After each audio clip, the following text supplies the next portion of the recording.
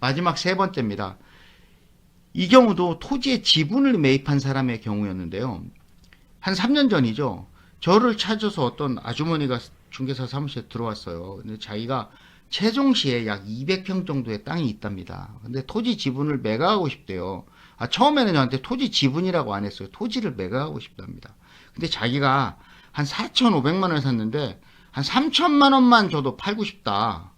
그래서 또 어떤 내용인데 그러냐고 제가 들어봤는데, 그 세종시 금남면 부용리 산 5-4예요. 여기입니다. 보면 이게 금강 큰 강이 흐르죠. 경치 참 좋아 보입니다. 그리고 여기가 정부 세종 이청사고요. 여기서 정부 세종 이청사에서 부용리 산 5-4까지 차량으로 17불검입니다. 뭐 그러면 여기서 왜 전원주택 놓고 이 근처로 출퇴근하는 사람들 아주 좋겠죠. 경치 좋은 곳에서. 그래서 이 사람도 아마 뭐 4,500만 원 주고서 200평을 샀다니까 뭐 그 정도면 투자할 만하지 샀을 거예요. 여길 가면은 이 지도지가 여기인데, 여기에 이제 네이버 로드뷰를 딱 찍어보면 딱 요 상태입니다. 여기에 강이 보이고요. 여기에 완경사지입니다. 굉장히 좋아 보입니다. 그런데 이게 이 아까 그 시리얼이라는 그 홈페이지에 다시 들어가 보면 이게 모양이 이렇게 생겼습니다. 공시지가 7,770원이에요. 평당 한 25,000원 하겠죠. 25,000원이니까 200평이면 공시지가만 한 500만 원 되겠네요. 임야는 참고로 공시지가는 쌉니다. 그래서 공시지가 500만 원짜리 땅을 4,500만 원에 샀으면 3,000만 원에 사니까 뭐 6배, 뭐 그 정도는 할만해요. 문제는 여기는 이제 문제가 아니고, 이걸 내용에 보면 도로 조건이 소로 한 면이라는 거는 8m에서 12m짜리 폭의 도로가 접해 있다는 얘기입니다. 그 도로가 여기죠. 괜찮은 도로예요. 이 정도면. 이 정도 도로면 뭐 건축 허가를 받는데 아무 지장 없습니다. 문제는 이게 57,000제곱미터입니다. 그러니까 이게 얼마입니까? 한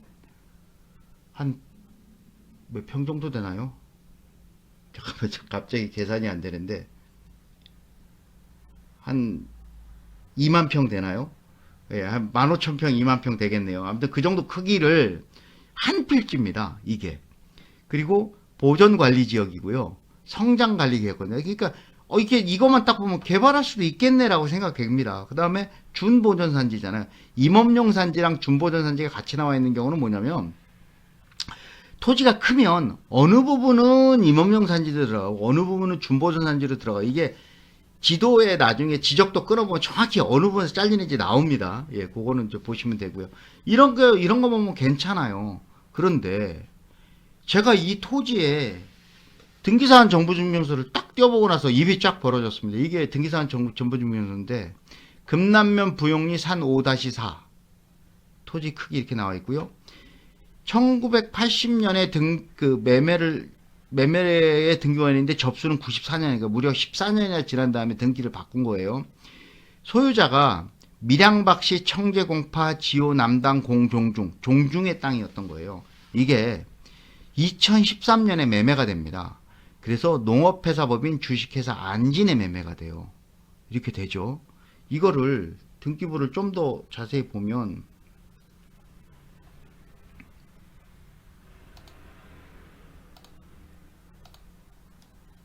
예, 제가 등기부를 안 띄워놨네요.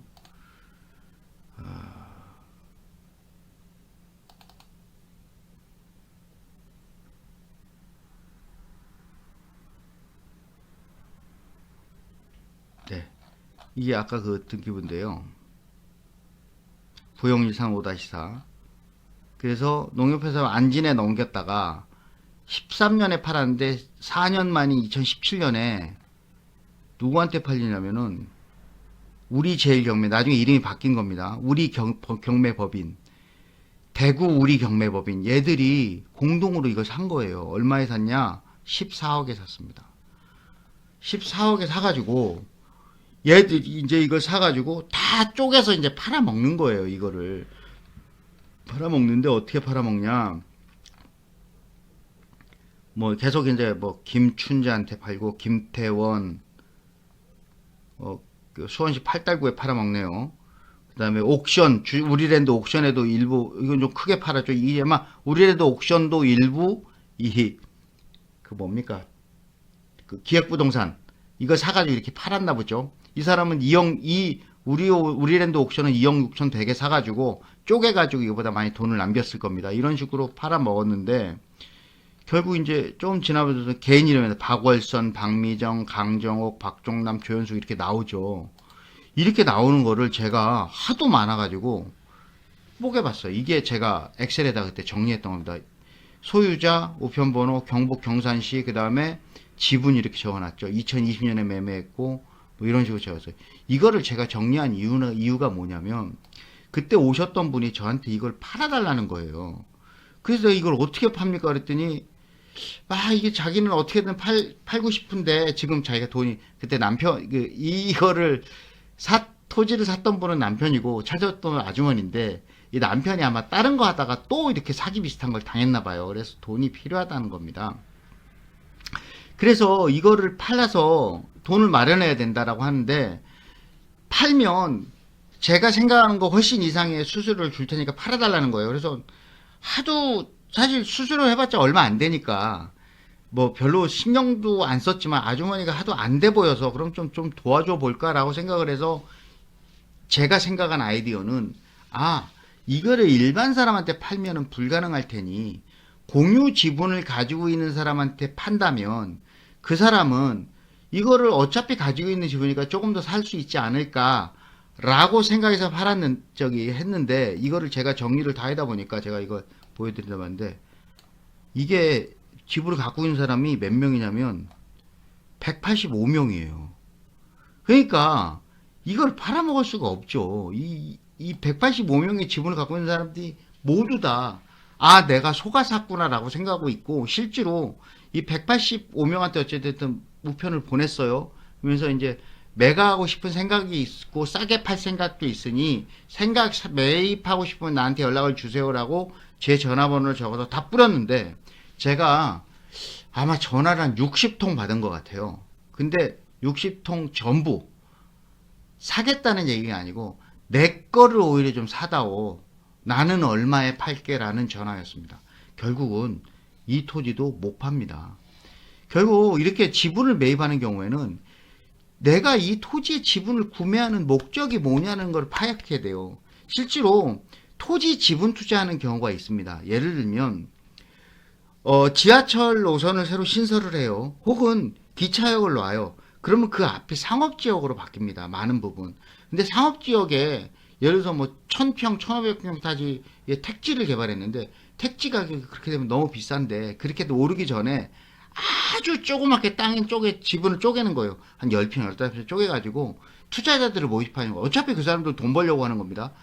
그래서 그렇게 지분 투자자들을 모아가지고 그렇게 한 다음에 나중에 거기에 지하철역이나 기차역이 들어오면 그걸 상업지로 해서 좀 크게 해서 비싸게 넘기는 그 목적으로 지분 투자를 하기도 합니다. 물론 그것도 별로 권하고 싶지도 않고 솔직히 저도 투자 권유를 받았었는데 거부했었어요. 의미가 없어서. 아무튼 내가 지분 구매를 하는 이유가 뭔지를 확인해야 되고요.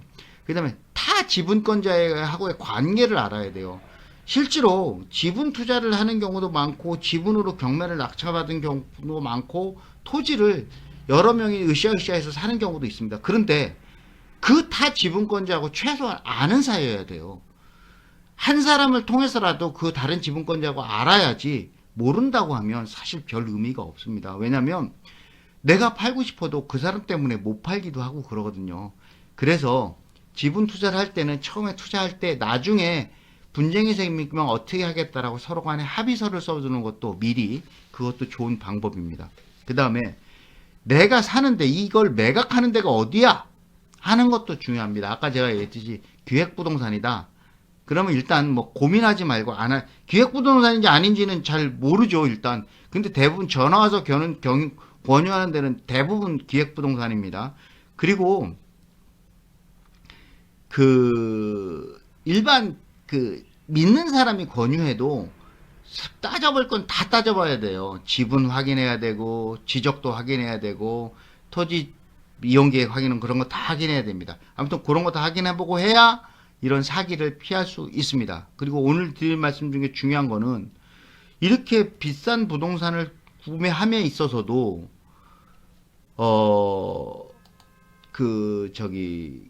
뭡니까? 실제 현장에도 가보지도 않고 따져보지도 않고 투자하는 사람도 제법 있다. 그런 거는 하면 안 된다. 이걸 말씀드리는 겁니다. 예, 고생 많으셨습니다.